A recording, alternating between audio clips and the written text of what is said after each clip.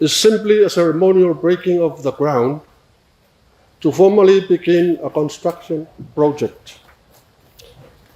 It has a relevance in the Bible, one account of which is in the book of Joshua, which I have just read. Today, in our groundbreaking ceremony,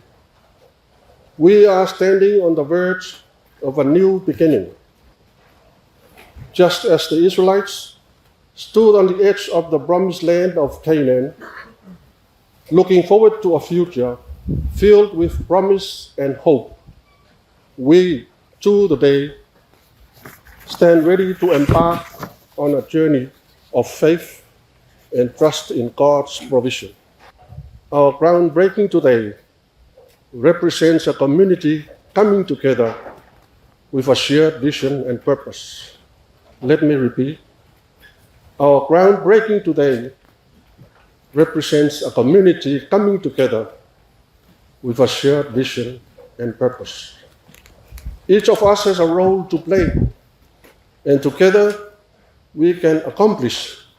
groundbreaking achievements. For those who will be using this project, let us support one another, work together in unity, and lift each other up in prayers as we move forward. As we break this ground today, let us do so with hearts full of faith and hope. Just as God led the Israelites into the promised land, He is leading us into a new chapter filled with His promises. Only we ought to be strong and courageous, obedient to His word, and united in our purpose. May this groundbreaking be marked by God's presence, His blessings, and His guidance for those officers who will be using this project upon its completion. Jesus Christ has shown us the way of how to live a faithful life in all that we do. Through His life, death, and resurrection, He has given us hope for eternal life. To God be all honor and glory, now and forevermore. Tu sai mo fa solongo tatu ku kalami. Se lao lao e wala au fa lo tuai lo fionga tama te pa mia. Mo sa no au tu tatu fa mo. It's an honor to respectfully invite your honorable Prime Minister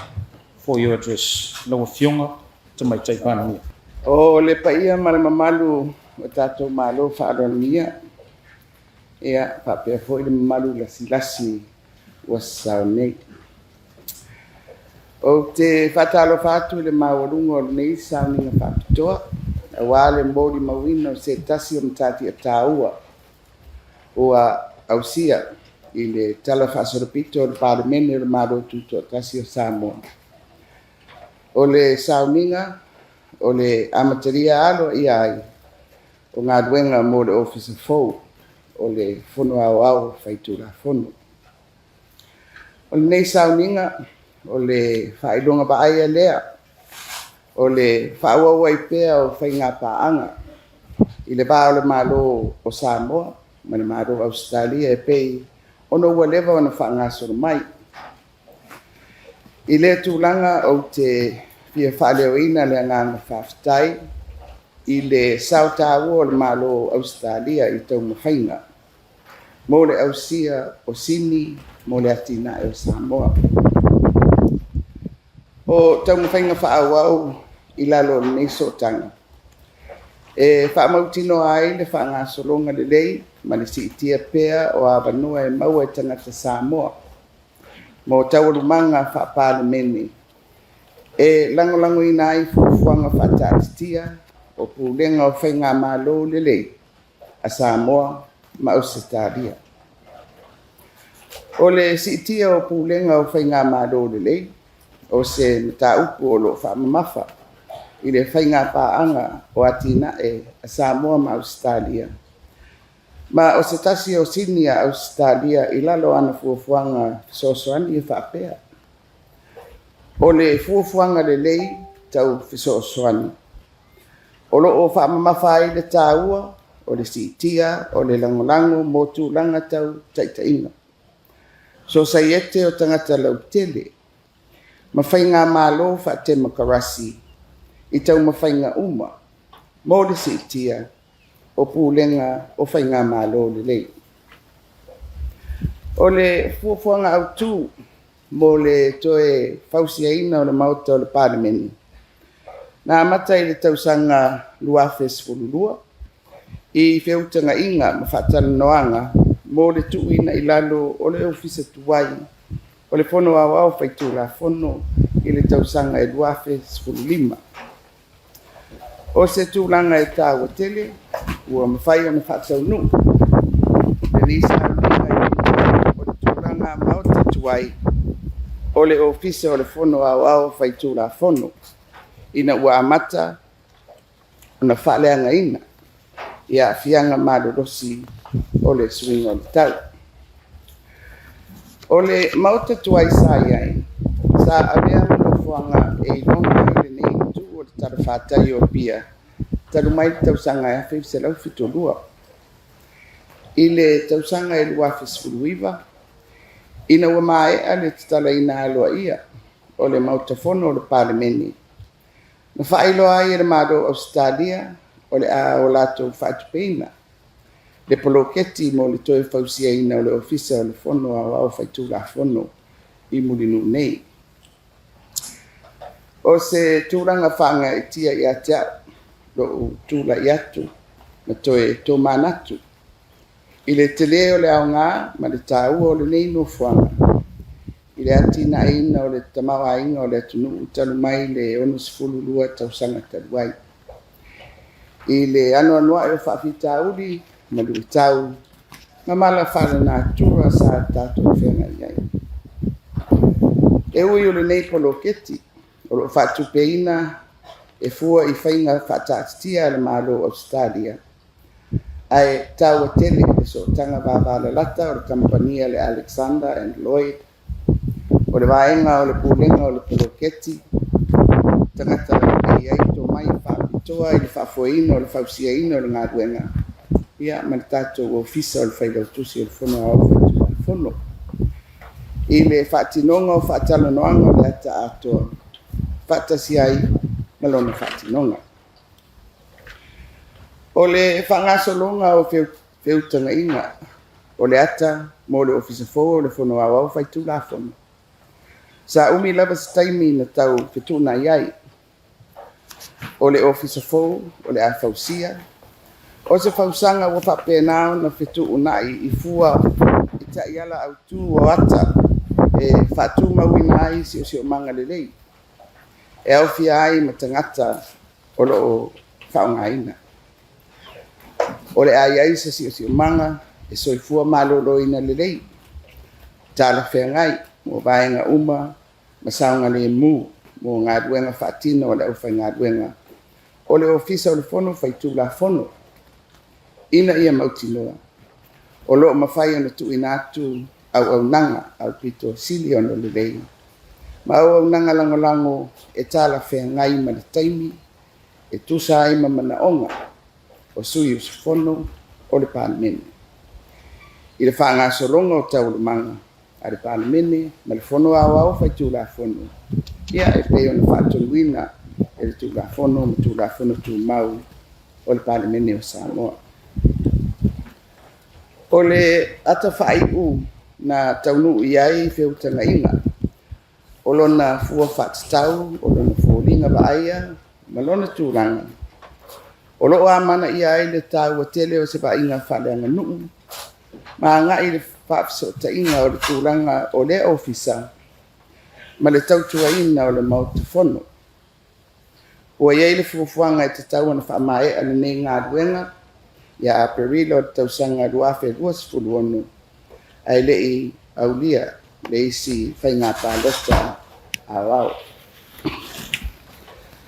A o tātou toe manatu i whatia o sola. Ma fōlamunga taru mai le ono sifuru tausanga. E manatua ngā ruenga sa whaatino ma le rotu whaatai. Matua tupea le whaamado si au.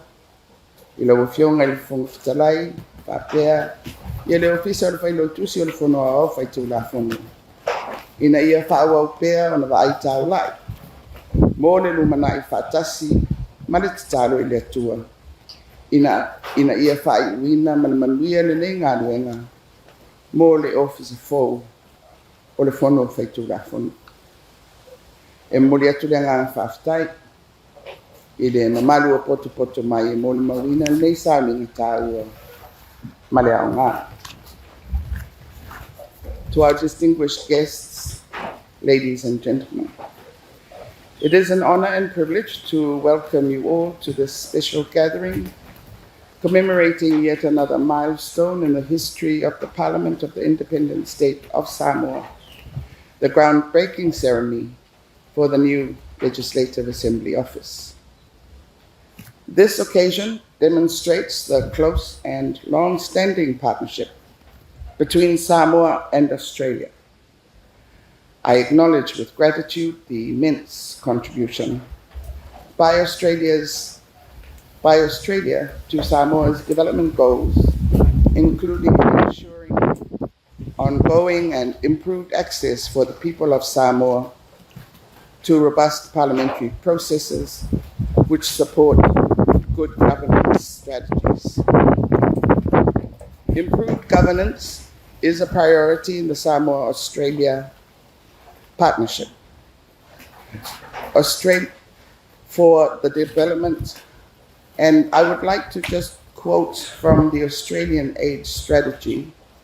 this: the effective aid strategy highlights the importance of increased support for leadership, civil society, and democracy in efforts to improve governance. The master plan for the redevelopment of the Parliament complex, formulated in 2012, considered the demolition of the old Legislative Assembly offices in 2015. It is fitting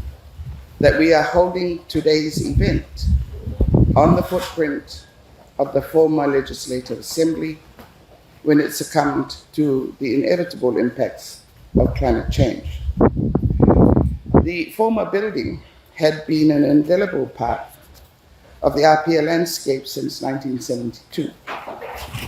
In 2019, following the opening of the Parliament House,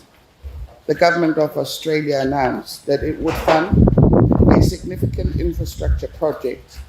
to rebuild the Legislative Assembly office here in Mulinu. As I stand here today, I am reminded of how this site is an integral part of Samoa's cultural and political heritage and development over the last 62 years. Having experienced the profound challenges and natural threats that we face as a small island nation. Although the project is funded and implemented using Government of Australia systems, the collaboration between Alexander and Lloyd, the project management team, a construction management specialist, and the Office of the Clerk of the Legislative Assembly in its design and implementation considerations was significant. The design process for the Legislative Assembly was extensive and rigorous. The new office is a facility that is mostly inspired by environmentally sustainable design principles and social inclusiveness. It will provide a healthy, functional, and sustainable occupational environment for the staff of the Office of the Legislative Assembly to ensure provision of quality service and timely support to the ongoing needs of the members of Parliament in its operations and the Legislative Assembly, as prescribed by law and standing orders of Parliament. The scale, form, and positioning of design, respectively, acknowledges the iconic significance, cultural, and connected functional relationship with the It is estimated that the new office will be completed in April 2026, before the next general elections. Indeed, even as we look back and appreciate how far we have come over the last 62 years, the office of the Clerk of the Legislative Assembly must continue to remain forward-looking. We pray for God's mercies and blessings on the successful completion of the new Legislative Assembly office. I thank you all once again for participating in this momentous ceremony. Whaftai soifua. Next on our program, it's an honor and privilege to invite Your Excellency, the Australian High Commissioner to Samoa, for your remarks. Your Excellency. Lau susunga I le taitai o le saunginga, lau afionga I le tama itai, palamia, ma le kapaneta, ma minista lango lango, lau afionga I le fofonga, fetalai, ma sui, ma malu o le palamene, lau afionga I le fai lau tusi o le fono hawao, fai tu la fono, le mamalo o lau valaulia, o te whaatalo whātu, I le paia ma le mamalo o Sāmoa, ua poto. Prime Minister, it is an honour to join you and distinguished representatives of your government to celebrate the groundbreaking for the construction of the new Legislative Assembly office. We are gathered here today to witness a milestone that celebrates Samoa's parliamentary processes, rule of law and democratic institutions. I am deeply conscious that we gather here today on the sacred grounds of Te Whao, in your traditions and political history, steeped and memorialised in your oratory, songs and storytelling, as the Malay o le whautu ngā tangi a Samoa.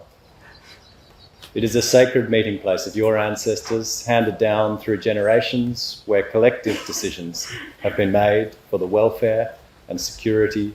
of all Samoans. We honour those who have paved the way for us. Their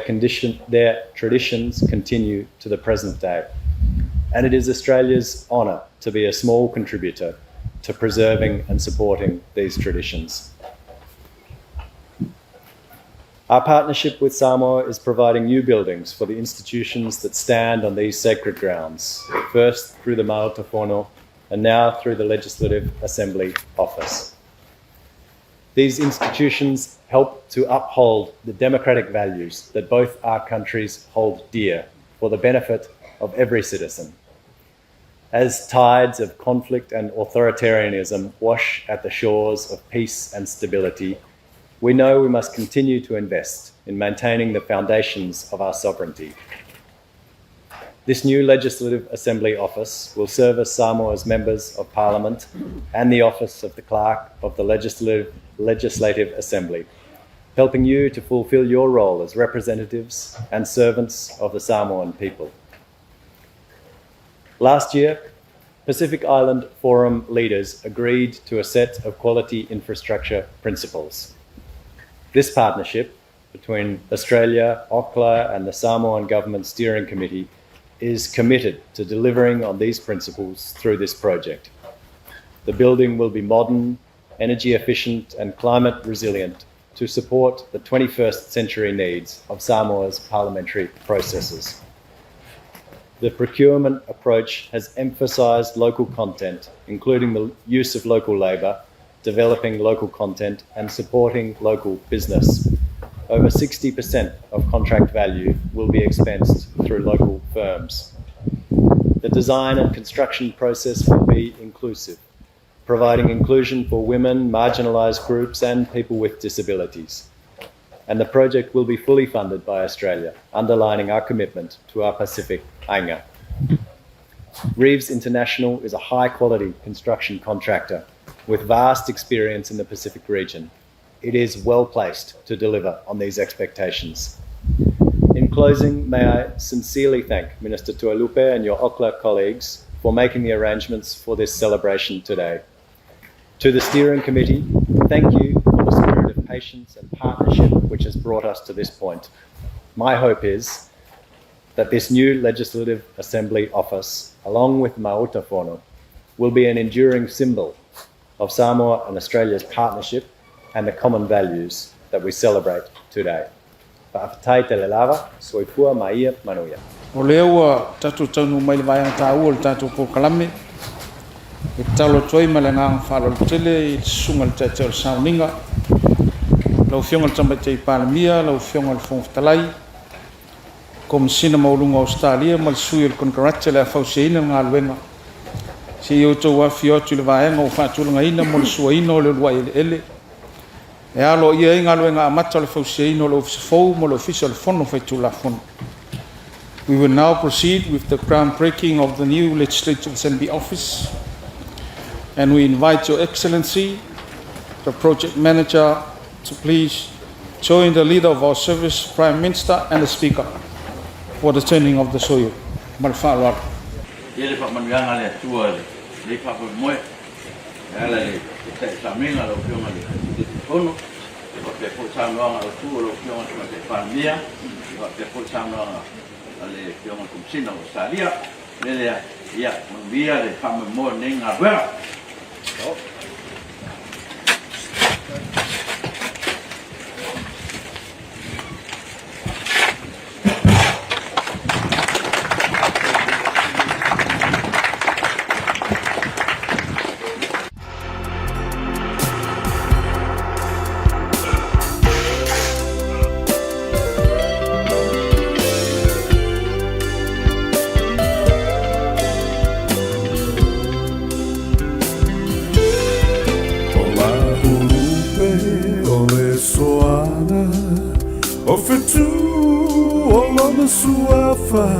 Safalele ifisanga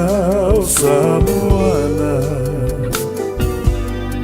wafo inei male olive mata le tumu oloangana le fui vine o la urosa fua matala Emma eule che risoporto le fuaina o walaloto uali wale vai osina iloloto Fetu ea o la upaana e silitasi o iloangana Yatanumia so se o alofanga O te io e mao amene Ia te o e fetula upele E sililo tau I peni na matai manetele Tailo ya rasi o le panona Masusana sarona Befa atusa ina olo alofa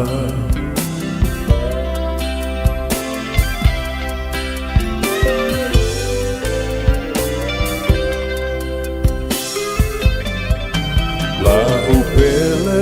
ilo uloto Ma ima upeana ya sepoto Na te fascino mai O awala o la samiloloto Ai sei o ta mai moina Le fepula fi mai o penina Fetu e la o mamma o le pule o iaita Le tioa o Solomona Mana upu fatupu alofa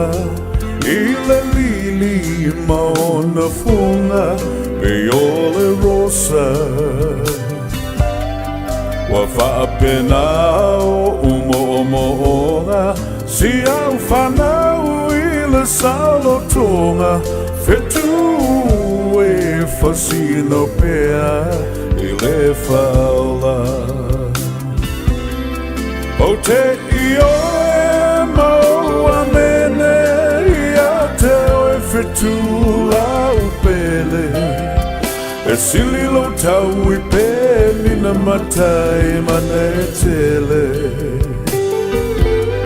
Tailo ya rasi o le panona Masusana sarona Befa atusa tusa ina o alofa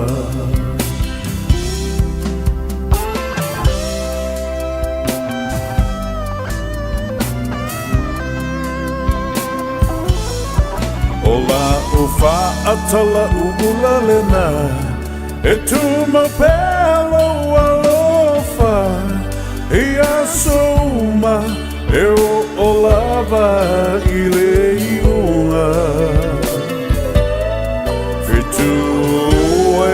le mana mea E fa asili silina Le lalalangi e o ai senate fa malieina O te io e maua mene ia te oe whetula upele E sililo tau I peni na matai mane tele Tailo ya rasi o le panona Masusana o sarona Pefa atusa tusa ina olo alofa Pefa atusa tusa ina olo alofa Pefa atusa tusa ina olo alofa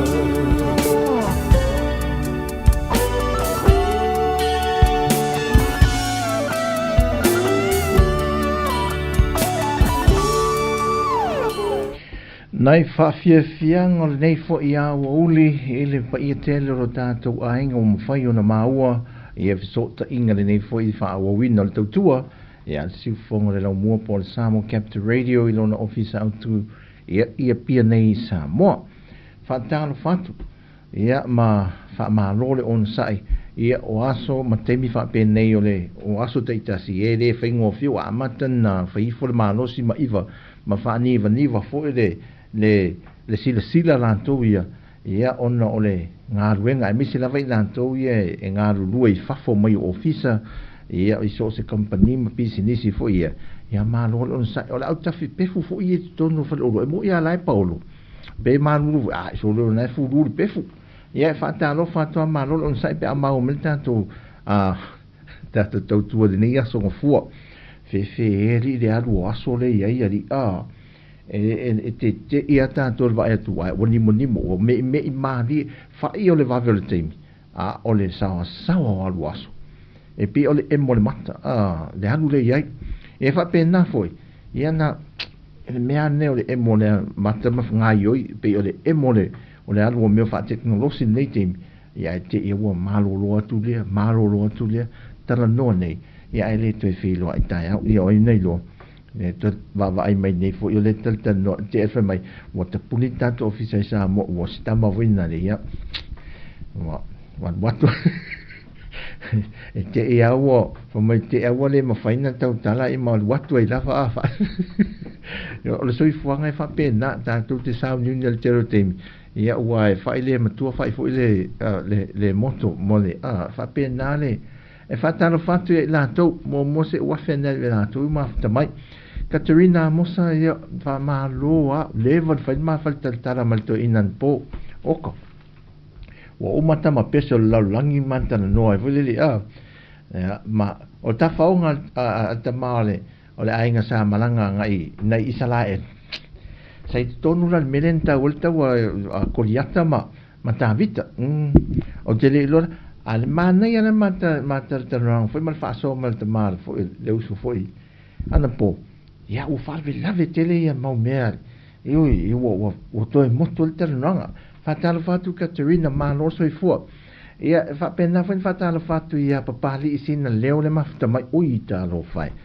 tanta la ia la to ai o tato ainga esel ta we ta fatalo fatu le tinai a losalia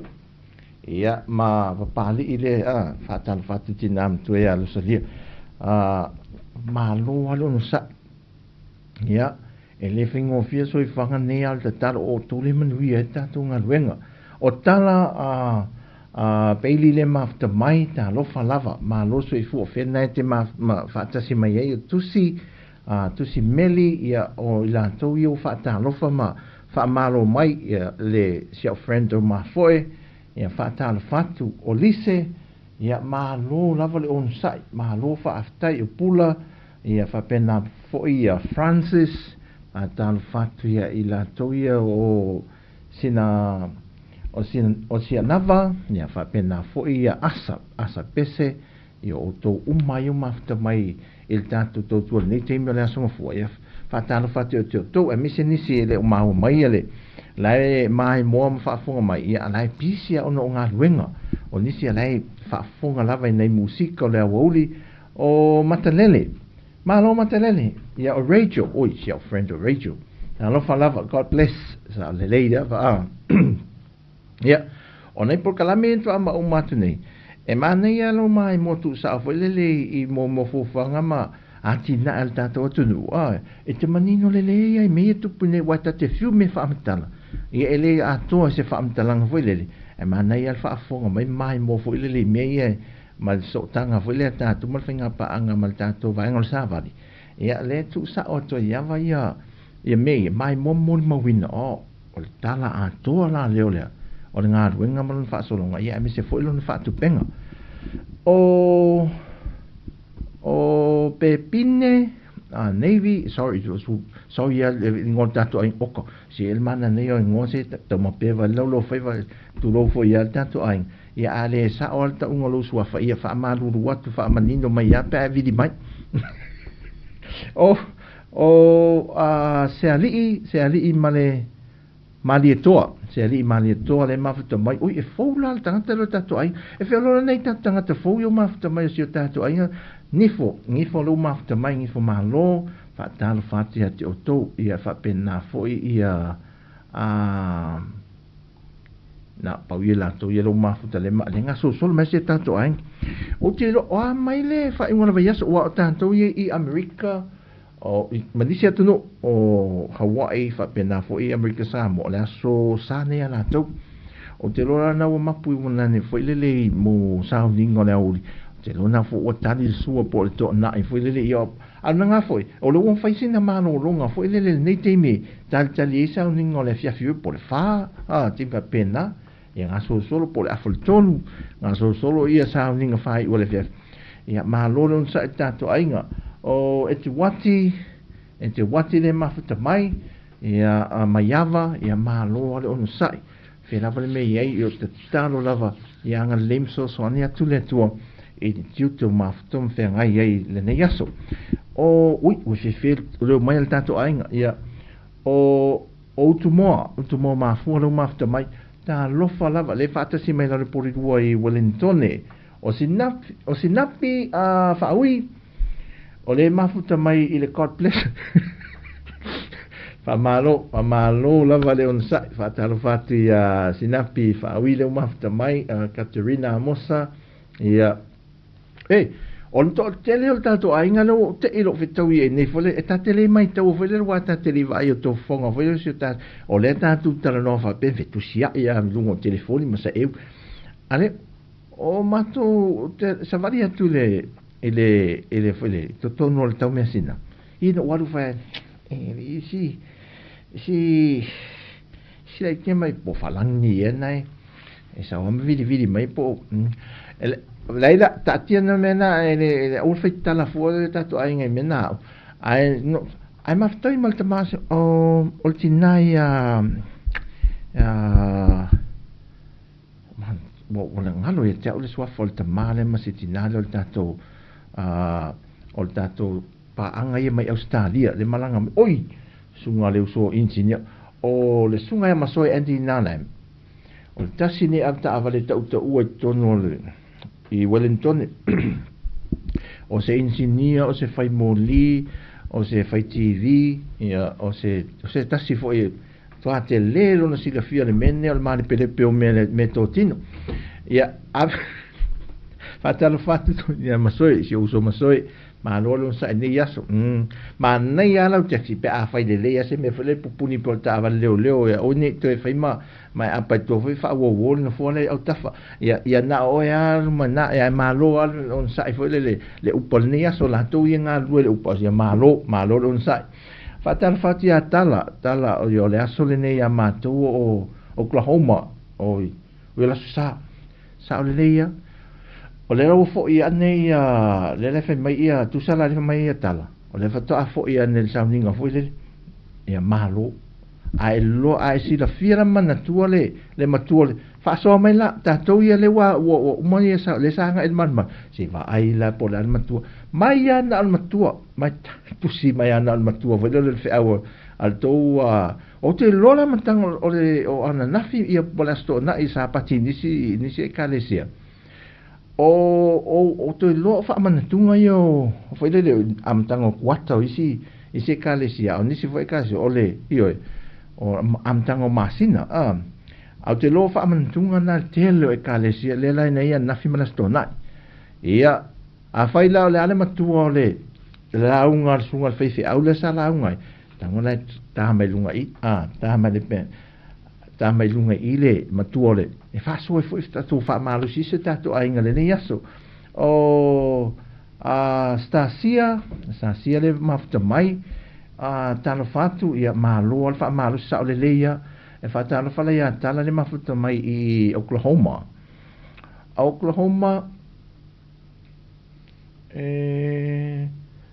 fa matala mena o ton tele lol me Oklahoma o ma fo ngari pe o tamana o wale ma se me lo America ri al ma fo ia fa atalo fa sinapi mangele le ma fata mai I mangele o kilani o ia fa tai ia angale le tu I lo na sunga le ni aso ma tiu te lo fenga ai Mariana ia le ma fata mai ia te lo me le ma fata mai ma lo lava o fa talo fa le o I se uso penny mala le mafta mai ia whaftai tele le o tangata neo Katerina o le paanga lo tato le tio o mele fatu e ato malanga mai nei oi o tina tau fau le ftua sau sa o alo mafo le ftua amantua ma alo te fiu mafo fau il tama o le matsa vale tu fa umana le matsa vale tu vale sa vale ngai tu alo tu fa tu ale soi me ale tama matua le maltina ya tau fau le sa vale mai malanga mai Australia ma to fe lo ai fa ta lo fo mai fa lo mai so oi sorry e sel ta uelo loto te mi te fe lo ai te o ni se o to malanga mai ne e sel ta uelo loto voile oi la to o tato ainga le tato te ma fute so se fa to si fie me Elena fie lo loto mtau e te o tato fe fa malo sia I voile le e fa lo to tele le tasi leisi I fa pena e se mai alta to ia ainga I maftanga fa pena I lungo e fa ngai nai o peng te fa ilang el tanto ala leo su fonga lo mo pe ala fo mai nei Sāmoa e mafana fana lo to foi le e fa so ha e tato ai atu fa nei la ia tau mafa foi oko e pe e mo I ma nei ia tato fa so foi le fa so mai me tu punapi to tato ai fe ala se atu no o ira le tato fe tau I mai tato ai poto foi le pe se me poto in fa so ai o te fe lo ai ia te oto ta we lo loto ele onisia mea ai ta we te ulo wa ai tinoa ia ila to ia tanto ai ngale mafta mai ma fai lo ai te lo tem o I fo isi lo ma futa ma to fe lo ai nei fatto a fe lo ai le ana to o ko se fi lo loto foi le mafta ngale fa te tele lava a te tele pe a mo la va no malanga mai Sāmoa ia vala mai e tanto ofisa au tu nei ila lo vai o le su ngo fie yo le ofisa su ngo fie e na no o me luma o le fale volere e te oso le lunga o le patu por kolosi volere luma I le kalesia sofitu ila lo vai e na vai me lola I lo tu tamtau le awala na alu le fale fonga fale lua na le ena tu watu ai na I luma le kapoleni na e fai au su e ngai tangata fio ai le awala le ai o le mea no fo ai o me taton le se fale va ai le mea na luma na on fale no fo foi le ma e vai me tata no luma e me tato ta fao ai o le meta ua na so no fila tato ofisa pe malanga mai ni Sāmoa ia whatala whatu ia whaleali i ne mafta mai au kilani hello talof o tuunga mausu tuunga musu le mafta mai ia whatala whatu ia oi wha maruru tamo whai pe o so se ta unga upa mati whatala whatu ia mati le la oi se uso la wano fo ia le usa oka se matango fia te mafe male ma se uso la wano nei ia o le malanga mai nei fo fanga fo o luso la wano ia pe on to sila fia ia tama lo le o tuala o tama sa tuala ia ma lo o te le lo pe ia le o e ma to fo lo finga malanga maltina da ainga ia wa pisi ata wa we pisi na pito i fo fanga fo im tau fa mai ana i sio fa ia wa pisi fo sio uso tuala nei fa na o le ia nei mo meu eu fo wa uri tau me mo tanga malo ia fa tala fa tuala fa malo fa tai fo le te va ai ola me ana fala na mai le uso ia tuala ol fang fa manong te lo so te wo man o fang e o ratu ne sa patia o la lena la ngo sa fai le fai o le sa fai fa man tu ngala son na o tu ne lunga foi le ai se ia o mai la ia te a kono o mai ne la tanga to le kale si fa ta lo fa mai e fu fa bene o te mai tawa fa le a me sa la mo so si fo io mai ve o mela na fa ta fu so fa ben o lo anga o le fanu fa manongi la o len sa ma tuala ya ai so le lang o le fanu le po ta fa lo ngoi manongi hono lulu ya so la ele ma ele fang meta ma tasi al pasi alanga la o fa tu no o telefone fa tu pasi wo sa lo te me fa ya tas uta fa le links po tamalen a mai tu ala o me la fo ia ave sitina o ya min la fa ta we tu ala ne fa tai mo o le mana ia fa malo fa tai fo le uso ya tu ala mo sao ia le tanto tu no ia le uso fa to mano ele sa fa tele le sa fa nei o fa usu leo yoi o me nanda to ai o ta to le happy ya ani si me ta to fa mtala mai me na pito ia fa mtala tu me le nei pito ia ta to alwa le fa pena ia ta to fia o maranga na sunga fua fa pena fu la stofi at watu la stofi la toia o le mauna ta toia a inga pe a mafuta ia stofi ma sunga fua o le fia fa te ai sole ni o le aso la toia o sina e sau o le loa la mene mafuta mai o le mafuta tu oi kalaistete o ka fefe sina o te whaaro ngātua le tau malulua ele sta mai malulua o le malulua ngatai malulu fia la tau palangete te fai pe o le ale mafia fio palangete o te loe a ua o te mina o watu e na le mawhanawhana o tō sole e malua ele a fia se iti muna o te whaaro ngātua o te mawhauwhau te lo le malulu na o maua i nai la loiu e lenton na o malulu o mawhauwhau maltina le aing lei ma fo se to inga malulu le malulu o to so alu ma fo nei a inga io le back to Sāmoa te le loia auto te le poato malu ana Ioane oi leone le mafta mai I menepone ia hello mo mai fero mai tato ai Jacinta taufanga le mafta mai o le ma junior taufanga tos fulfit ui o la soifua tala e taua la mele ceremonial usunga famanuia atu le o Jacinta le famanuia atu la sofa na o junior a taufanga tos fulfitu tausanga le soifua wa ale atoanga o tausanga le soifua ia le matamata atu nei I 4 Bridgeview Road I nei e karaka te le loingo to fio anga fa mole la papakura o au ki lani la fa malulu atu ia matua nefua mato i upu wha maori o tō riki haka, te kanta hoka,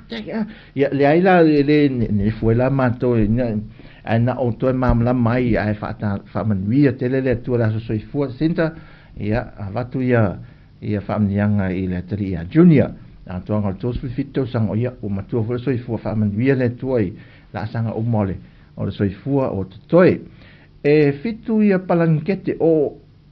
verta mai e fitu palangkete ia lo no winga wa tau whaaro ai seli ia me le avatu ni wha malua tu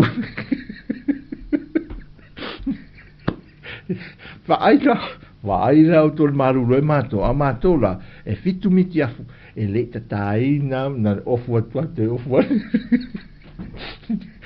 almena ia le na ma nei fe maru lua o tona ia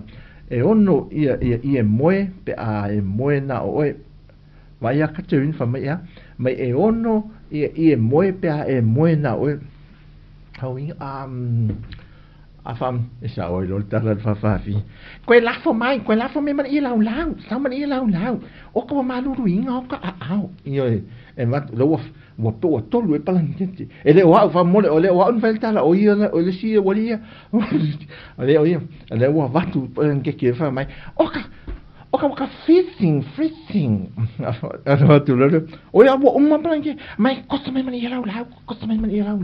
ma aku la ia me ngai ngon pusaku mai mani ia ngale mani me ka fulu ngale mai e fu fi me yo au nio ka vi o ia si de pe ava como le tape pe te pingo vai o kamal te laka pi voi le ia na me su el tangata me ma fanai ia oi o sia uso penny ma lo la o i Wellington sa ue vatu teke te wha ma fanai wana fai au me e solatu Patalo fatu se uso peni le mafta mai ui uso wa pase tu lunga na ya tato nisina ya tato inga le o tunu mafono ela le mafta mai me le pone o Ana Leone talo fatu o misti ta mi se au nisel vanga tato inga o le mafta mai e me le pone foi ya fatalo fatu ya te o tau panapa ya malo Tautua Whaftai pānapan mafta mai o Telesia tuinga mala ia whātala whātu le mai mua mai fwoi Brisbane Australia ia o whaausu leo ia le mafta mai i Aukilani ia o Sina e Sau ia le mafta mai fwoi tātou Porkalame Kalaistete au tuinga malurula ne whaso mewe o paloro la le whai mai ese fulu palangete vai o le walua vai whainga a parol walua o umma palangete o le ala le mea le a palangete stoin soli tu mena mo mo lo isi alu ai toso me palangete o isi ai ma di le po pira nawa le mafta mai i fefoi e mau fatalo fatu pira alo fatu nei a olio le so foi Sāmoa o tua taumata ia le Aukilani fo le mafuta mai ai faatalo fatu ia te tau o le tau tatu i nei Sāmoa o lo mon mawina e to tele le malanga mai nei faatsinga ma famoemoenga ia mau mai fo ita fa onisila o fiu su se ava no te manto fela o ke to pale pisel tatu atu no tanga malo o fuli poktu ma fatan malo fa pena fo ia va no valele mena no fa ia fa tanu lo le anga email termine le mo le va no at least lo mai o mai Sāmoa foi le au mon maula la tu fa mala to mau man nei ana le tau Sāmoa le mo ia ale ma fana ia pe afu le matua malo so le malulu o no winga la le ma nei ala ma fana tatu fa malu la so nei ona o tu langa le tau o le sa ila o le ila ta inga le ta oto mo mai al ta ala ta ia ta to tunu i ti munga mafa ia Sāmoa atoa o poruanga i Savai. Ona la o Savili e o mai e tasi tu saute matu o Sini Australia o Australia. O lea whamai o Savili lana lea a ngai mai e ia suinga i e tātua tunu. I MCC atua le lua tesi ma le 5 a mita na mao le lunga o ngalu. Al mau ma ia le lai fa malo sia. Al nei na so na nai ia ia tato ofisa mal tal fata ia pia na te mia sa pa uenai tamai timunga fa mai nia tamai winti e re ia ila tulanga le mon mawina fa mo mongal so ale vangal va aitau e timunga mafa e te ila isi pitol tato tunu ai ngai mo wenai so avai e se me ta wa fa talo fata la to rini weta e fata si mai I Newcastle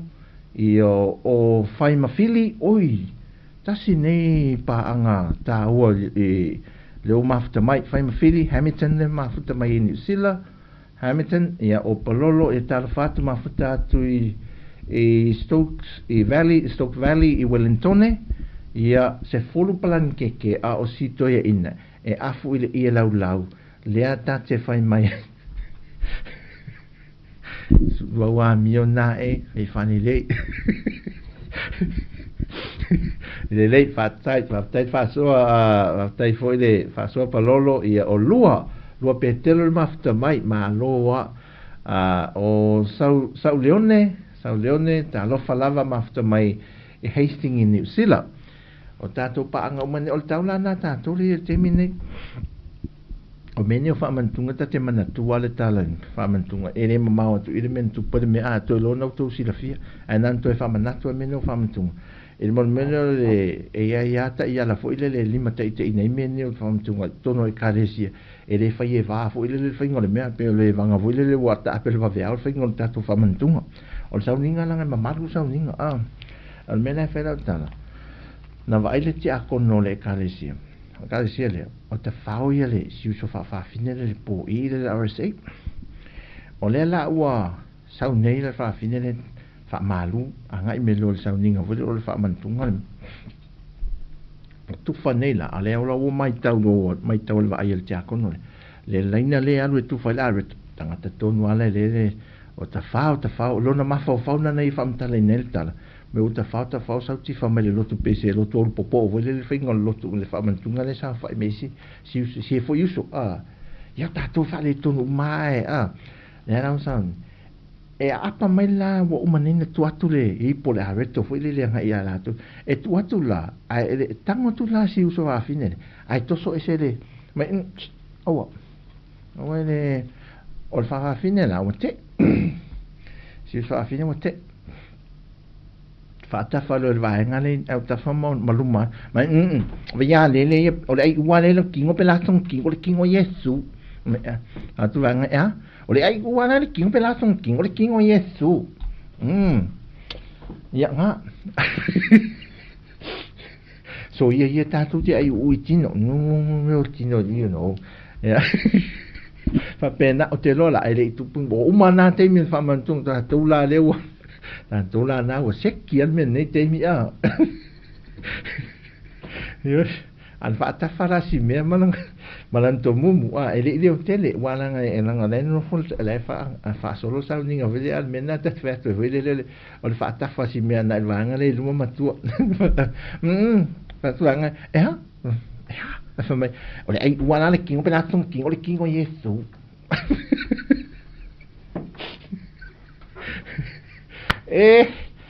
a fai ele o se tino o me se meto tino o na wa o ai fa wo le nei foi a uli manea fia file me o e ngaru ai fa mole o le ai ele tino o mo ia le fale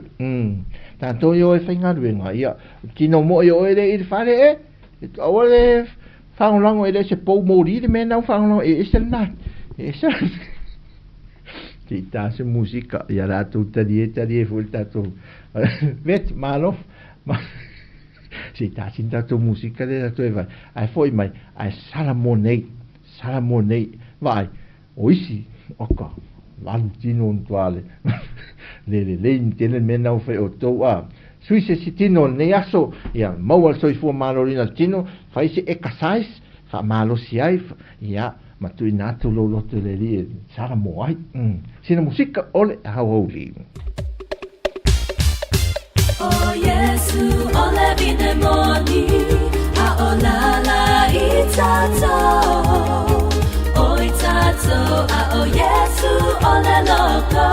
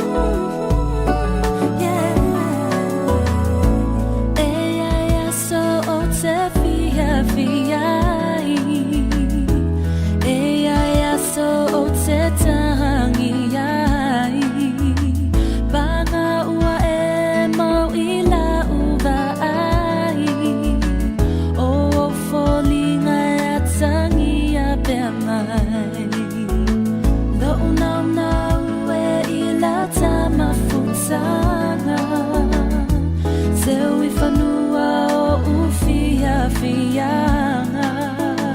Po oai atali o umawhatianga Na o ola upele I lohu o langa What's a fierce all What's a fierce all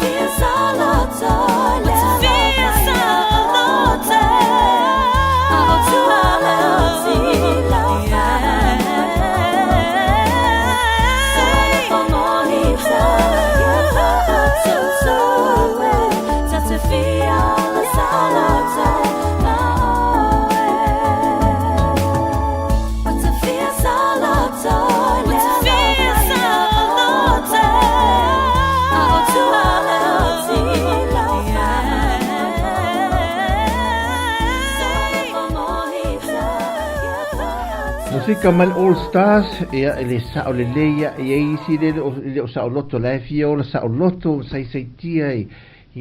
nei au le la songa fua vai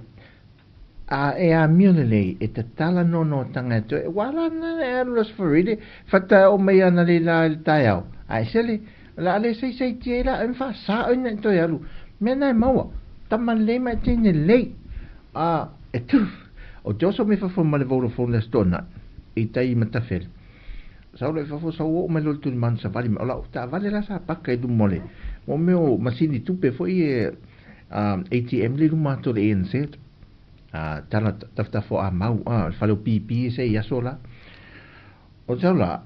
o la tal no I ta me te to tolina. La u la nei fa na fo I fa ta o lo le taulanga. O te ana le o te ale la ta se fu lu. La ne pisi a fata o le tala noa fa lango lango la si mafu le lu matu msin tal tupe tala noa malato ting pusa e fata un sau ne la palangi o le palangi la fa lango longo mau atu foi le ita fa le lua le o fa lango to le su ele o ngai o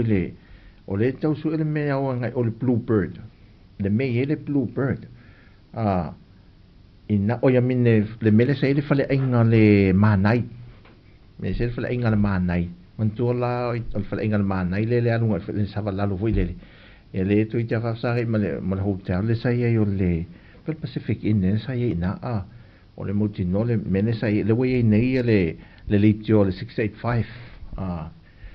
ea o le la fesili lo la le palang le ngali e malata ma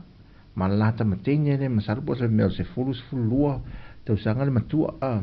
o le la fesili FCD disse la titi de pe lo me ele mele ma nai falling me pe o le se fala inga o fala inga na ma nai pe lo fa tau de men na ai pe o la tau fi o e na fo de masalo po la fa pe o la ye fala inga o la fa no ma nai o le fa si non ala le in kalesi le fa si no au wala fa yo me pa la smola tamasa sa o na tu ala lo ting pusalis e fai matanga hui tu ala ting pusa mo me vilta linga tu lo alta to ainga foi le ma tu ala lo ting pusa la te you go out on the fire ale tu out ole fa you go out tu sa le fa mai on palangi le tu mai tonu me foi le tala mai masinya you go out go in taxi go there fasting pa where mai over there piong vale alu ngai ole tu sol mene fasting oi alu ngai you tale alu le watch fasa sa o longa you ta fasting wa ta masa go you go out go taxi over there where over there go here tu la taun mga fa wo le taun melen mek tono no official lo te mau na le tu mal tu le man mal men sei fo mai you go here go here this road or the road mga fa wo le na road fai lo le sian ta male le fi mana e halu ngari tu tom tau le fi mana e halu le palan e tau na halu le tu tom tau wo le i tu ai fo le fa le ACP nena you go ta fasting mai le famelang tamale tu fasting mai ko me lo ni mai le fasting ko me alu kam tango tu lo me se here mal maleu here go fa pe lo malima tamalo go ya alu ngayuta ya come for and two for long we o desi manga fa two for go here ka mai o ka ku si para o palang matua ne fu al fa singo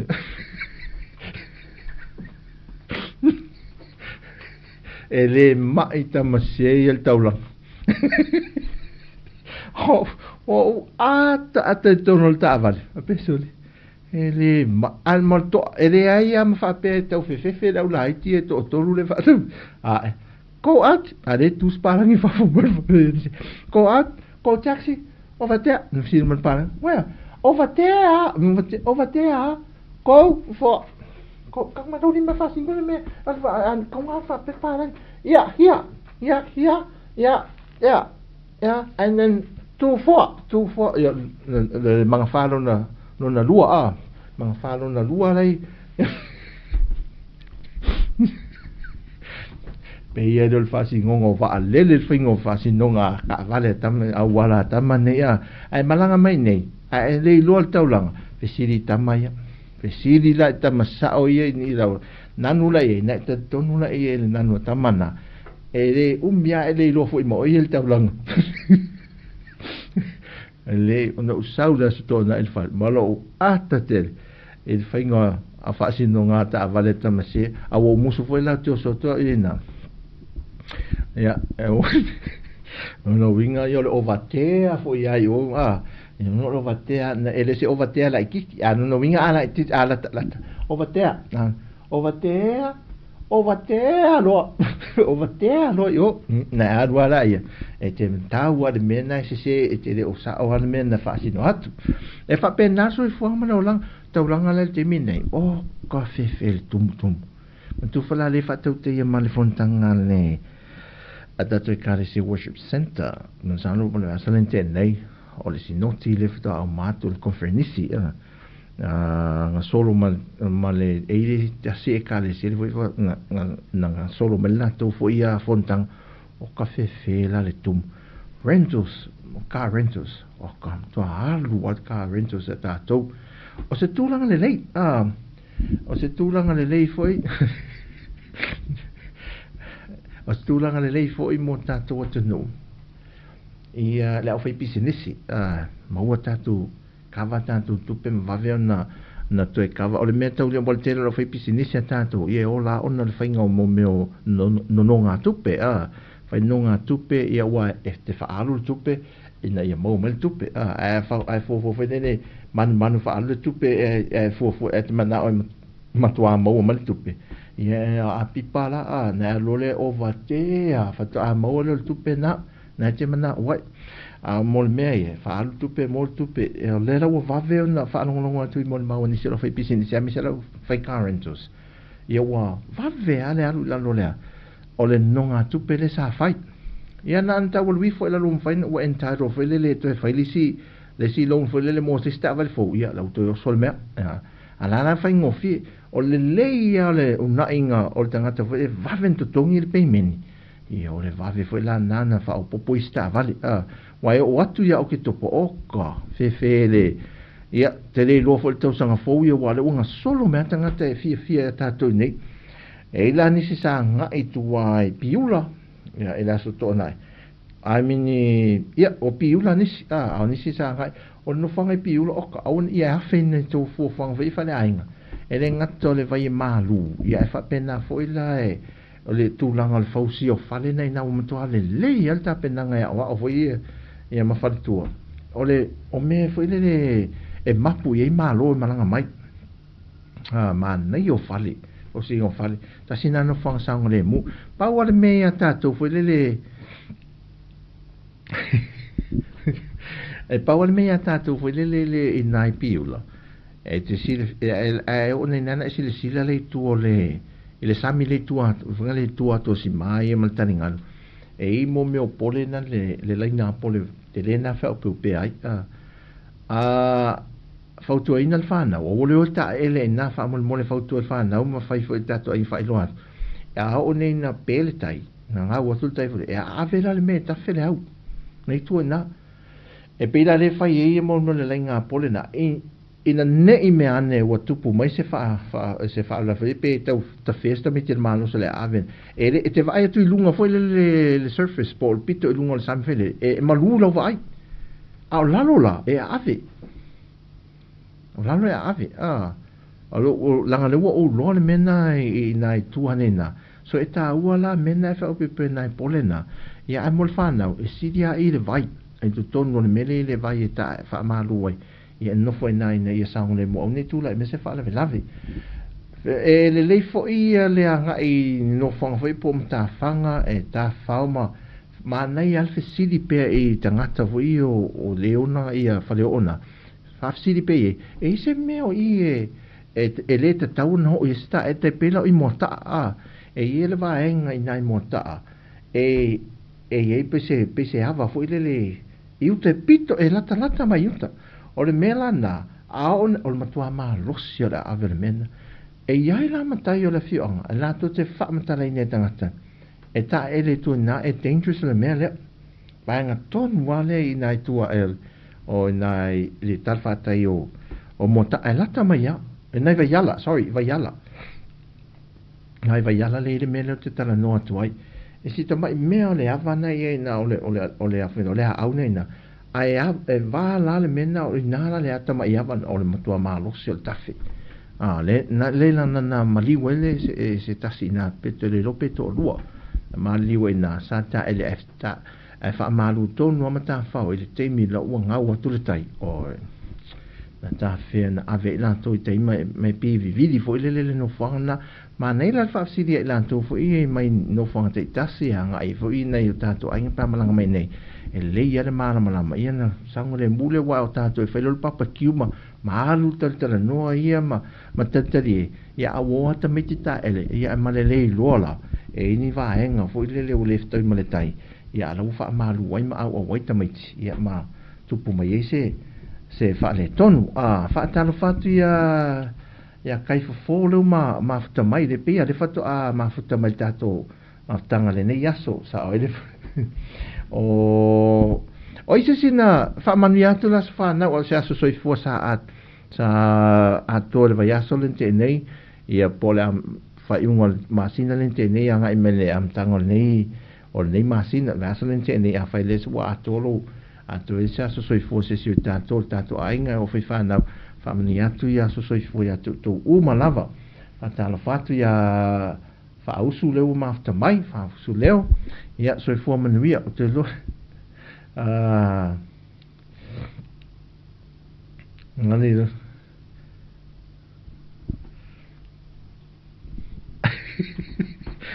Famentala ia vai foi le fa sino tamai le fa amtana mai fa usua. Mai latu lo le fa mai na latu le papalangi. E fia fesiri po fe mai le turtle la le funga le pool vole le pool le ia mo le vai ta ele i la mei. Fa sino lo tamai vai. No fa mai ia tasi al mei no fa ngola mei na sa na tato mo tu sala fa ia fa singo le turis mai le tal tamai ti palang a mai palang where's the swimming turtles al tal tamai ti tile el tamale a sasao 1 po power 2 po power 3 po power swimming teto lo mai le la no fa singo wa al tamala mai la mai tali lo tama sasao 1 po power 2 po power 3 po power swimming no ile no teto sole se o to se ma to me se ya le fata fa le ya ma mai le o termina o Sāmoa le o se forma le 5 minutos te le tu la tolu o matua pisi o le termina le tau o ile o pisi o tua onga e to tasi ele o le vai mantua la o le kwata nei o kwata pito va vene ata to Sāmoa mantua lo fe o mai ma paua le kwata foi le mantua le o ta pena ta to mo le masino topa el fontanga o topa la vele kwata muli o le poka la mela o nga na ta to fanau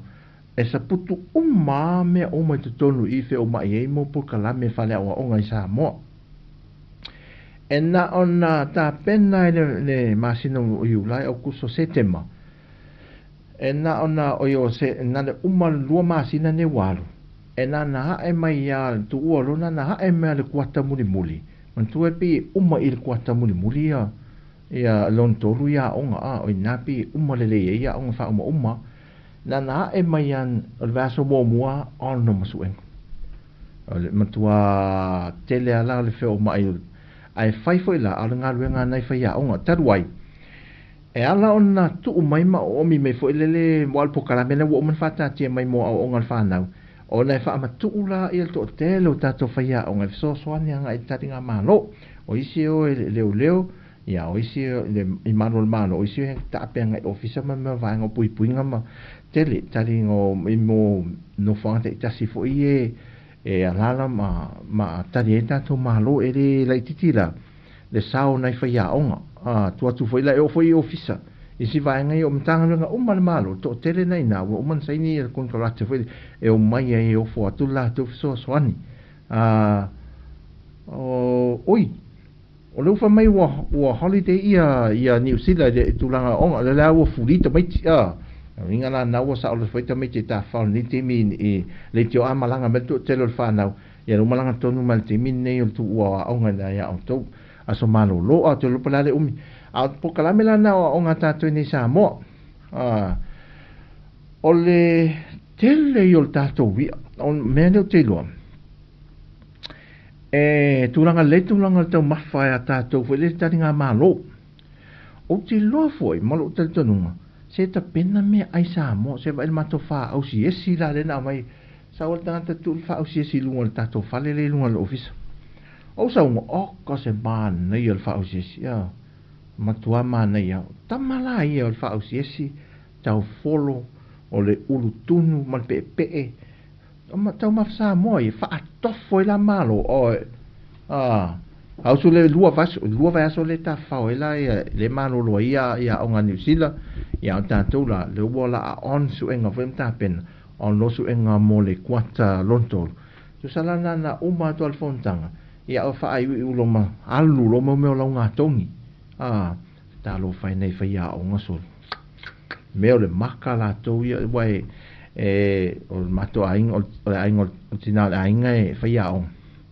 ia fa nga il tato university fuli I papenga nga o fa tulo la il tinal aing ta te va atu si po fo ma non mi lo ta tu mo o fa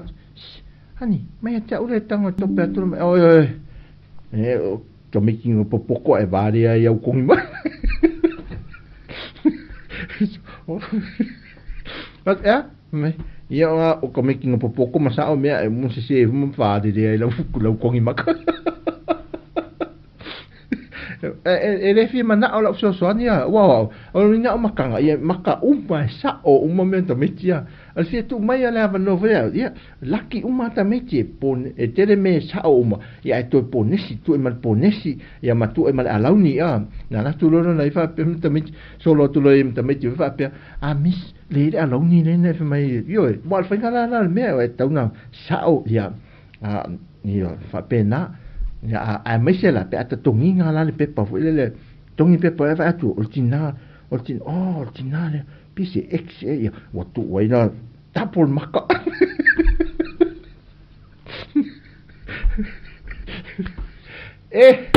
a ma fau me pe mo ma fau nga vai va vale o le auli le manuia ia vaenga na ia la to ia mafta mai tono fale ainga ia mai se foi ta to ia mafta mai lungo o lo sa le fa foi lo sa ia fa mole Tautua na lo sa le mu Tautua na ia lo sa le mu ia e umanta tu tadi ia ai o le fa ta di mai ta poita to ainga ni tu nei me anu tu po mai se fa fita o pos fa lave e ta tu te le mo mia e la to foi te mam tina matua lo lo ne to te le ia nei your friends te mam tina matua fa ma lo ale un sa ia to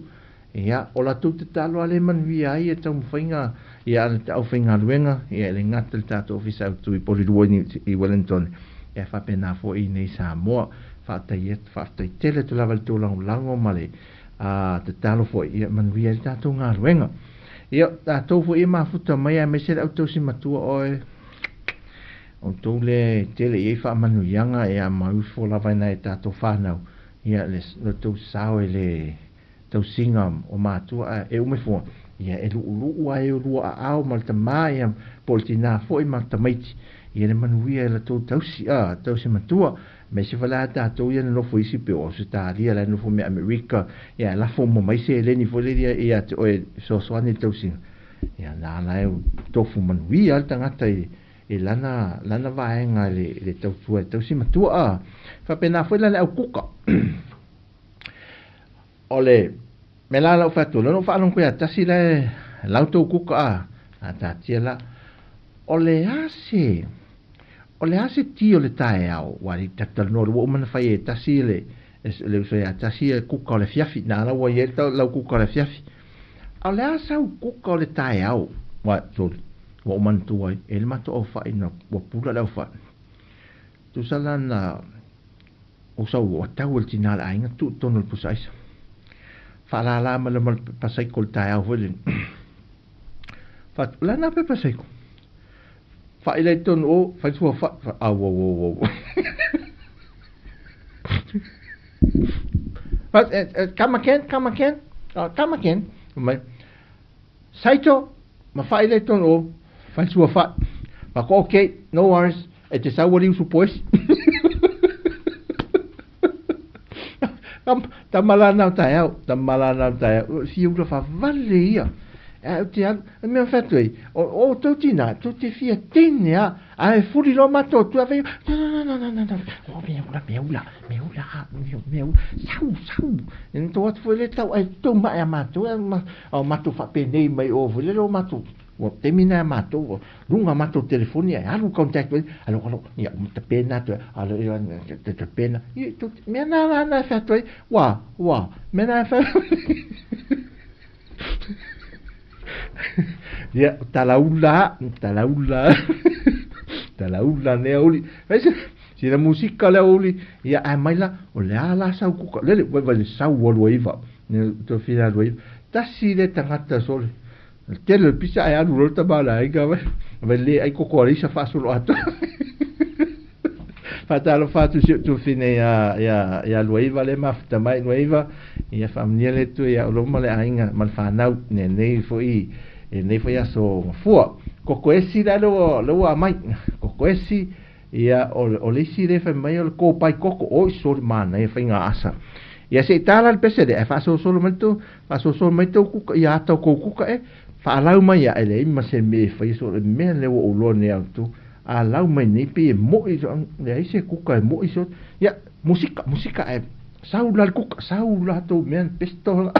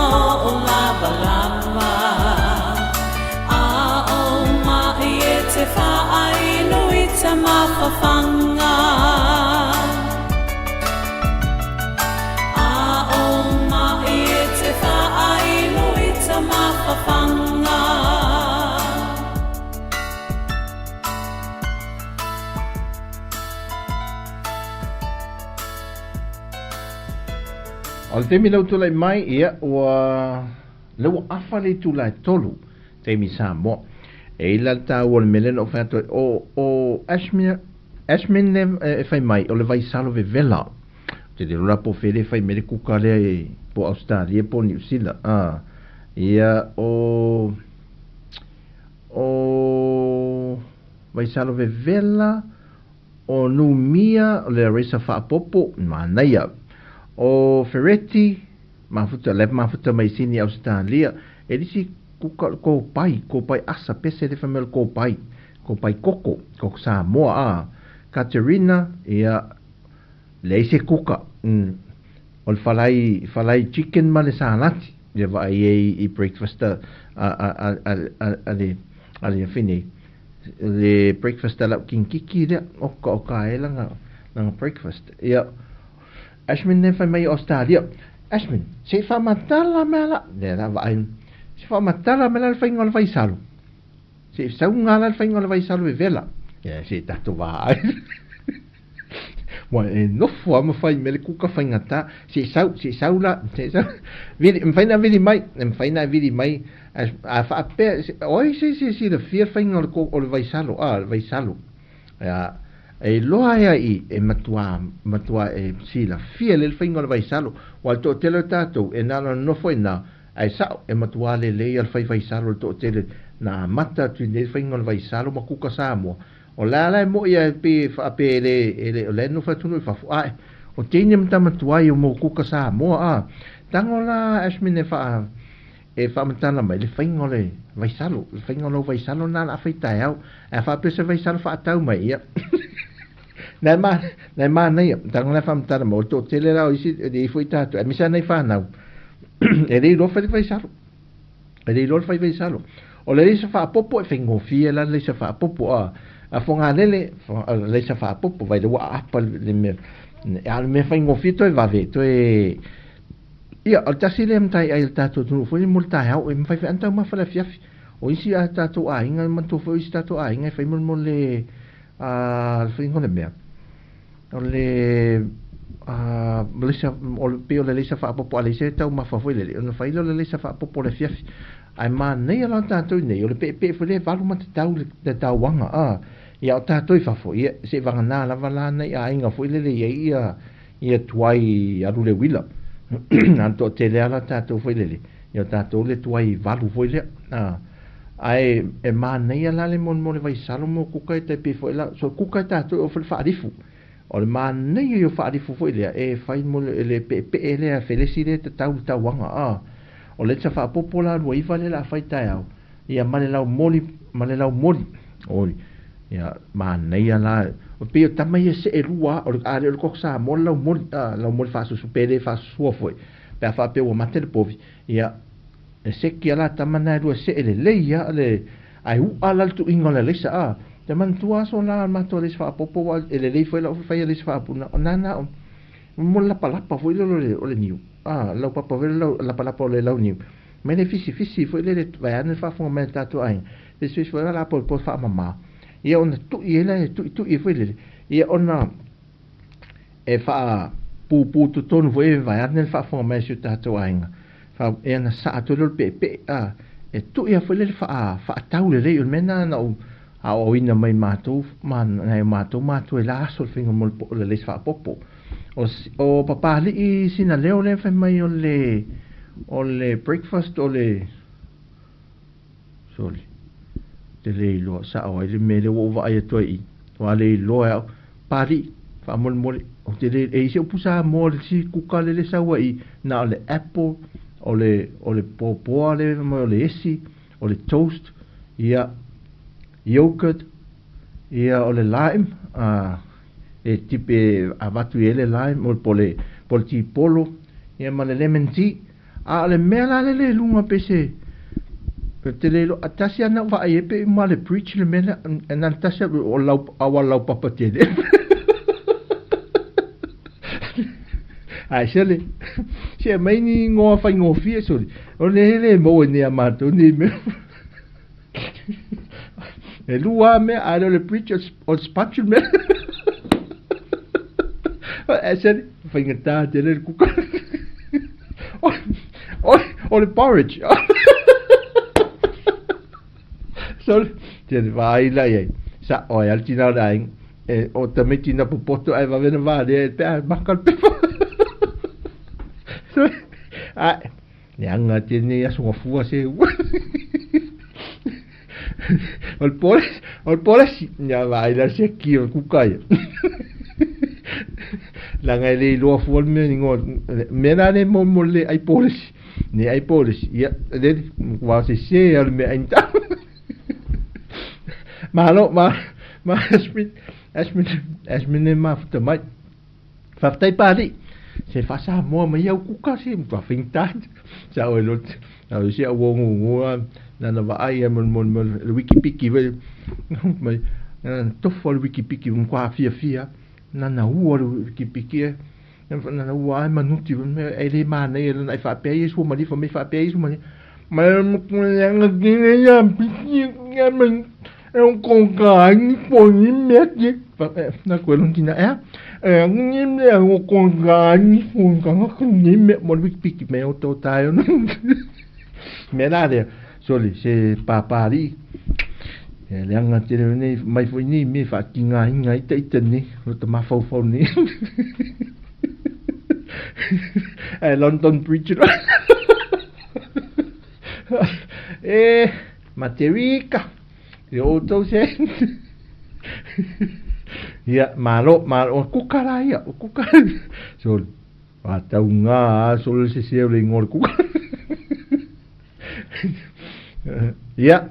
ta ele niu Katerina mai ta ele niu ya salile a ano tu ulo ile ulo saka ya ona avelole ya yo le saito ui vai finga Katerina finga le si tato fa auto le finga vai salman ta ele niu sa ale le niu ile sali ele a ano tu ulo ile ulo saka ia ona avelole ya le saito Farong men fainga ole faisalo Katerina salile a ano ta ele niu salile ano tu ulo tono le ulo mantuala ro salile la ta vio le mo le ano vole sali wa te sali lo pita mi lo vele anu le fa pena tu lo mal saiko ave le pepe ia masa eu ia vela le lei ia ona fa suka a wane I nei tele ya o fa pea we vaul mo le ano le ton fa tasi mane ni wal mato finga fai al fai salo lai usala a fa pela al fai salo a sia o friend o Catherine no vinga la sumele fai salo e pe al porto il masoal sa wol ano tavi veve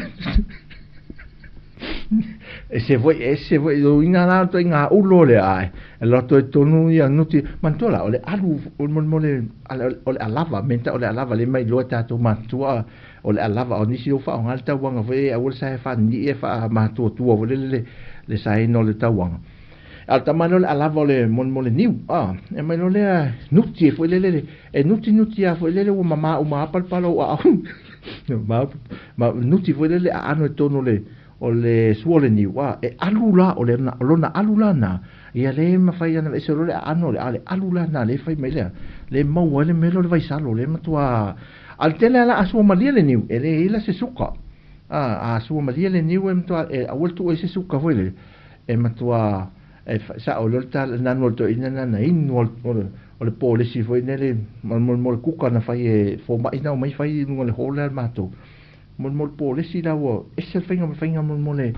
la to inga mena fai le policy ma na ye so fo man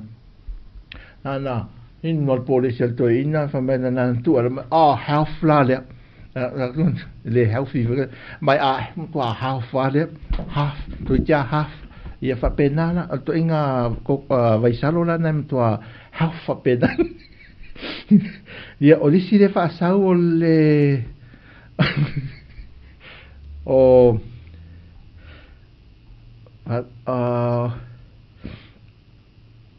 ia ole leisa fa popo ia tamana ole le al tuina vai o to faia fa si o to tuangane ne ulia no fo vem so fa si o to tuangane le ai au langa vai te al sisi o no ngeli lo ta le ulanga me atu pula so ngafu ta wana nei se me la so fu la to ia ya malo pali ia fa tai fo i mo fo male ata i le wa uli fo fai fo to fia fia le ta to tal tal ie fa ta sia ta to ainga malo ia o nai kukala na tai au oisi o nei e o mai e malanga mai ta to ainga nei mal pa ia fo sia ta to no pasa si mai pon fu fanga nei ai to hatu ta to nei fa ta mal fa mo fa ta fa lai fa mo e o ti nga fo fonga vai ane fo fa fonga mai to fa mo na to fa mo nei ele leila pe fa mo o mo sa mo tu sa pe fa mo tua oi al fa mo sa mo o ya nafi au vai le lupe ia le lupe o le mo ta to lupe ai o pe o le mo le io te lo langa le o le vai tau nei o le e fa nai le lupe tu lo le vai tau le lo man to fal te mi lo le lupe o te mi lo tamaiti o ke topa fe tau ia la mal sa o Camila o le la ualu e me se ma lupe o le mena no ta pena i mo lupe o te mi lo le lupe le se fa to fo la ia Camila le lupe le la ualu e le tas fo se lupe o man tu le se man te le fo le ya la fa to mal man me le la te mana to fo el man te mana o tofo vel man me vele wa na o Sāmoa mo man me ia male lupe la o ma lupe le fele so ma to fal ia la o ma to a kuka ina ia Camila se tofo el mo le lupe Sāmoa ai ma to ta so le taulang al mane no vai na ma to na ina se to na fa na tu me se o aingo e mai la le lupe Sāmoa so ia matua tau le ia tau maftanga si uta manafi ia na paolo tanga te fia na si lo otari o ia si lo otari papa me fa pe me ala me mai male oi sorry lo afin papa la me ele ave se le u foi tu lo alta to ainga me fa fon me se lo le lupe me fa pe ma tato in o le faingana e fai ngana o le lupe la touia e le ave se ai le ulfo le ona le manu e mama me ai na fu la au me na te tau ma fai na foi le man tol mo so oio le langa la e si la au le tau ma fa le manu le lupe sa mola na iuta le vau al tele la lupe ie vai ne atato ia wo le ufele le solo foi ia la tu te ai mo tu lo ia tau mafa mala pisi fo i pai sol ele lo la a lupe ia tanto la ia Sāmoa e no foi u te levao foi lele e tau mama fa la so fo mal i fu la me la na o masino o ki topa le fai tau ina tanga te Sāmoa e la po ai pe peti ele lupe malo lolo ia te mi lo tamaiti e o lo le au fana ma le au tutuli foi le ia sa ili mo le lupe o lupe la ia tatou ia sao fa o asmin la ne fai mai mo lupe la na ta o lupe ai vau no atala me la yo lupe ai vau sao asmin aso la la to watu ne fana vele sa vali me tasi se lupe tau ma lua me la se lupe aso no to atino ese lupe ai vau la na ne sa mo o lupe matou lupe mo mo so fa mole la asmin o matou o lupe la na lupe ai va na to a fa mari mai ne mani la mata fa pipi e na to winga ese avele ai se fa to fa ila o lupe na oka ele ai la fa le o fa pi o lupe la na ai va ele o to ele ma se me le mata to ainga so le auto so fale nga mente lo to ya patal faja Jimmy le vailin ile mafta mai ya o nai vaenga tato te lol tato me mata o mole taringa malo male ni te mia o le ya tu lang o le no falta nga te to ia nei me to tu mo ta malawa a fa pe tolu nai tasel ol misiruki e tau le to wa fa ta ape fo le misiluki e ta se le pupu misiluki fo le pu fa misiluki e fua ina pa wan mil teu fa vala fo le uni putu ia ta mai fa o pupu misiluki ai ape fa pe lima o fa fo to no lo fa no e ma tua la fa le ai nga wa fo le si fa e le ta mal fa fo le si fa pena to ana me fa pena e ma se ufi fo le to fa so solo e pa fa pena i se la au tele vo i mo e lo fa no fo le to la le ufi oka ya ta to la i fa fo i o tele lo wa le ni fa no te tele vo i e to ama ele te tele to ama o to fo le ai e lan to tele ta to ai ho va ai na am sa ini si lo va o va ai e to ai mo fa ni ta mai to anga ta lo fo ia o isi va enga o isi atu no tele lo i fa sa o mai au te se e le fu le talo e fai le mo le lau vai e otto le lau du au mo isi vai ngai ta te vai fa me e le fu le e le o le talo e fa alan to mo le lau vai le foi le otto le lau du au e fai lu au ulo ia nai me ma nei la e tau so ani ata to foi le tonta o le mele tonta ta to ni le mau keni o me o fala au fai sua mo me vetchis a le wa saul ta to mango o le vai o fainga le mango le tatou pela o mango i tonu i luma tatou office lo o matu lo ruai fo so mali ma ale o saula le fata tele o le mango ka se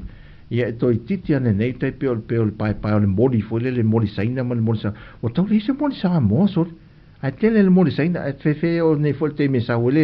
le temi o le season o le moli ata to ia la o mai fo le mai sa fa mi se vai ngai fa le alu po ma sa wele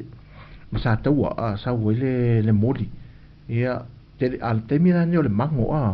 o le avoka ele o se season ne o le avoka ya tato le o mai to tele tato tau su e mo me le avoka ia o tele la stato avoka la mo wal sa salapa tato pe fa pensa i sa salapa la mo tanto sa salapa fa mi siluki o e fai pula nu meratasi na le Pasifika man lo langi o to fol misiluki man fai Sāmoa o pesta na fai te va ai to ima fa atau ya tu no fa e fanga le vai la au fai la sa to ai Sāmoa e u ale ma mo le lona ano foi le to e su mali misiluki la le ai se panga le misiluki e fai umale tu no lo langi le te minei mola tato fai pula tulanga na me foi le foi koko sa mo ma nei ale alo tato koko sa mo le te mine mo al koko la mo le koko se fulta la o le to ho se koko lunga lus fulta la se fulu lima e ia nei te mi tau sioki le titi koko sa mo ia foi le au fa tau koko ia na me e to le lunga se fulta la se fulfa ia se fulu lima nei yasu al te la o se fulta la tau koko sa mo ia te lo foi na ia tato le o tato i loa ia o tele ntau le avea koko sa mo e fai mauso foi le o na lau mau ina koko sa mo ke saino le masi popo nei vaenga na lau mau mai na o le se me o chips pa wal me le tau ia nei ia o amata foi nefu so la wa e lunga mal tau o le chips la tau ia tanga chips foi le fai mfauso ia o nei vaenga na o tele ala o la tato e malanga mai nei e ma toi fai le na le munu o mo palu sami me fai fai fa tele le mo palu sami a wai mo fo le talo na ya tato i na me o au mawai ia watu la na palu sami nei o fai na le si palu sami nei e fai a le pe o palu sami ia la fi lo toi tonu fai se mo palu sami tele fai ma lu au pipi le lo toi tonu tamana ia nai fai ai e lengi fa foil fa penal watu ai le fai fa mixa toi matono le o luau le palsami pa te le sa palsami ave nei vai ngana ta mo nei temi ia ai fia tofo le ke vole le nei ata to vole le ke mamoi ia o tele ala ta to o malanga yo mai o tai al sulai mota le anga ia nei vai ngana o le tumu foi o le foi fale o loa ia tangata o tato tu e malanga mai ia ala tato vai sina foi le to tele stain le tato tu ne fiafi ia masil tato ainga pele fa tai tele le mafta mai ana le to le mai foi le mo tato maftanga tato mafuta fifi ai ni a oli ia ina wa mai te watu temi wato es fuma fami no tele to tato tua ia mal martanga tātou ainga nei fo ia songa fua ia na wha mai a fo ilo se tautua ala vai fo i se tātou musika le wha talo whatu ia wha rosa le papali i le whatoa mafuta mai le mafuta mai i me le pone lo lava ia le onsai ia i tute ma whea mga aluenga o le nei fo ia awa uli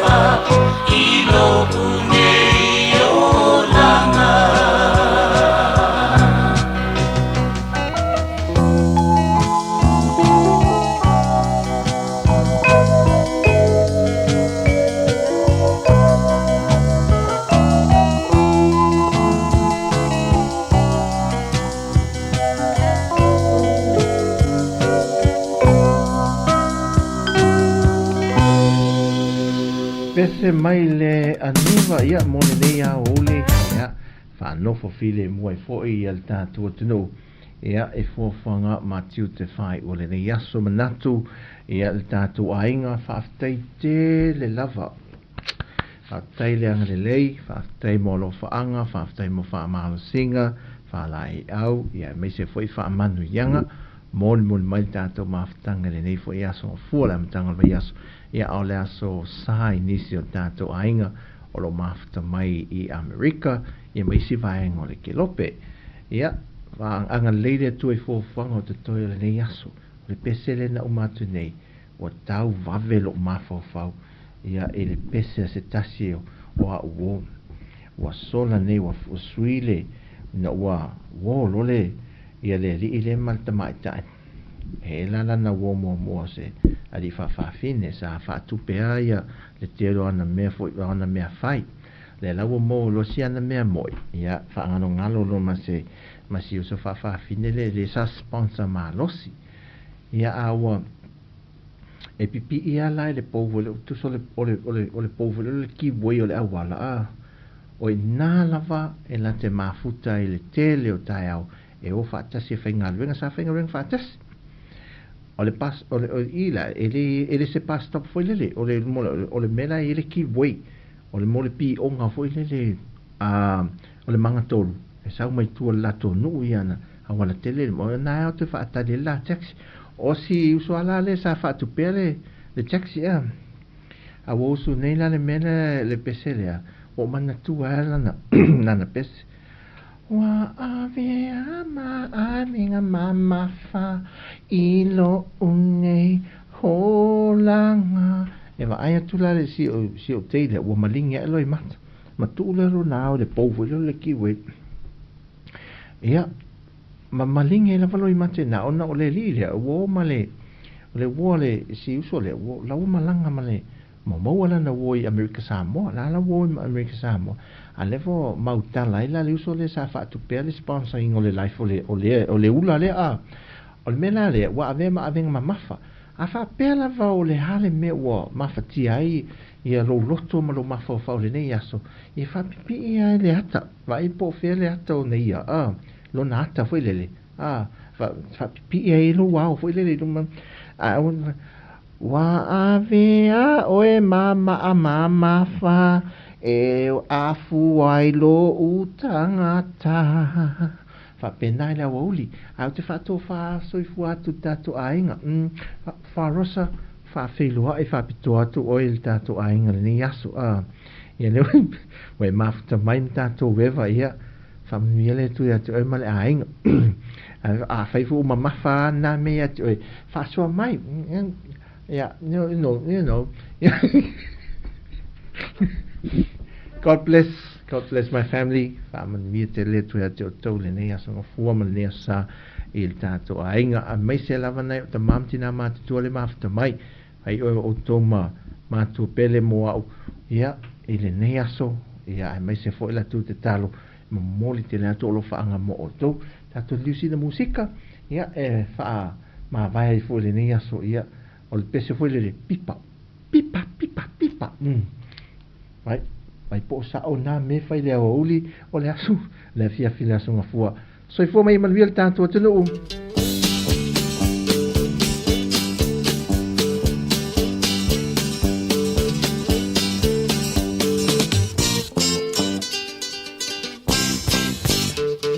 mana tu ile pele tine la lele Wambalanga nei le valele Temi uma bauta miti Ya ora la peresili Aole nei ule ai setini Oh la belle moni Tipi ole filieta si ole pamaori Pipa pipa pipa Pipa pipa pipa Pipa pipa papa pipa pa Pipa pipa pipo, pipa pipa pipo, pipa pipa papa pipa pa. Oh, la belle moni, tipi ole filieta si ole pamaoli. Swinga la vole o langa, o telefoni o tausanga, aole nei ele sui saltani. O awe pele ai wa ele fai mai. Aole nei uo toerina la belle moni tipi ole filieta si ole famaoli pipa pipa pipa pipa pipa pipa pipa pipa papa pipa pa pipa pipa pipo pipa pipa pipo pipa pipa papa pipa pa la belle moni tipi ole filieta si ole famaoli o taundu nei New Zealand toi malanga foi America wale Tangata ua sui le vai sui poi polinga Aua nei ngalo mai hamo I toi poi mai I se aso La nei le amatasi toi vai au La pele moni Tipi o le filia e tasi o le whamaoni Pipa, pipa, pipa Pipa, pipa, pipa Pipa, pipa, pa, pipa, pa Pipa, pipa, pipo Pipa, pipa, pipo Pipa, pipa, pa, pipa, pa La pele moni Tipi o le filia e tasi o le whamaoni